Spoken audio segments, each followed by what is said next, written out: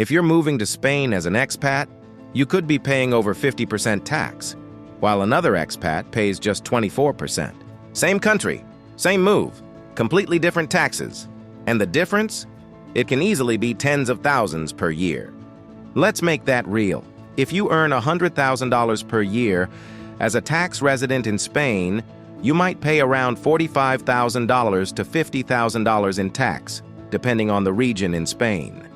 But other expats pay closer to $24,000. That's a difference of roughly $24,000 per year. Over 6 years, that's around $144,000, roughly $150,000, gone. Just because you didn't know this, right, or didn't act in time. And that's just the direct difference. If you had invested that $24,000 per year, the missed growth could make that number significantly higher over time. So why does this happen? Because not every expat is taxed the same way when moving to Spain. There's a specific tax setup designed for certain expats that can completely change how your income is taxed. But here's where it gets tricky. This mainly applies to employment income.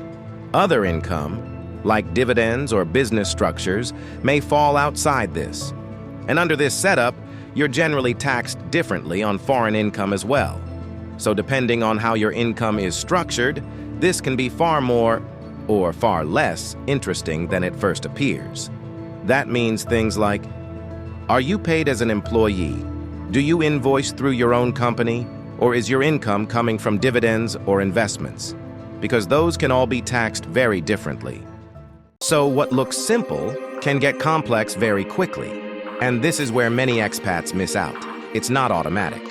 You have to actively apply for this regime with the Spanish tax authorities using what's called Modelo 149. And timing is critical. You typically have just 6 months from the moment you start working or register for Social Security in Spain. Miss that deadline, and that 150,000 pluses advantage over 6 years, it's gone, forever. This setup is often referred to as the Beckham Law. To qualify, you need to move to Spain for work, and you must not have been a tax resident there in the past 5 years. The benefit is temporary. It typically applies for up to 6 years.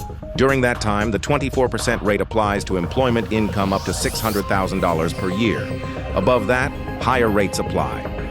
After those 6 years, you automatically fall back into the standard Spanish tax system. So before making a decision, make sure you understand how this applies to your situation. Because the real question is, are you optimizing your move to Spain as an expat? Or unknowingly giving away $150,000 plus and the growth that comes with it?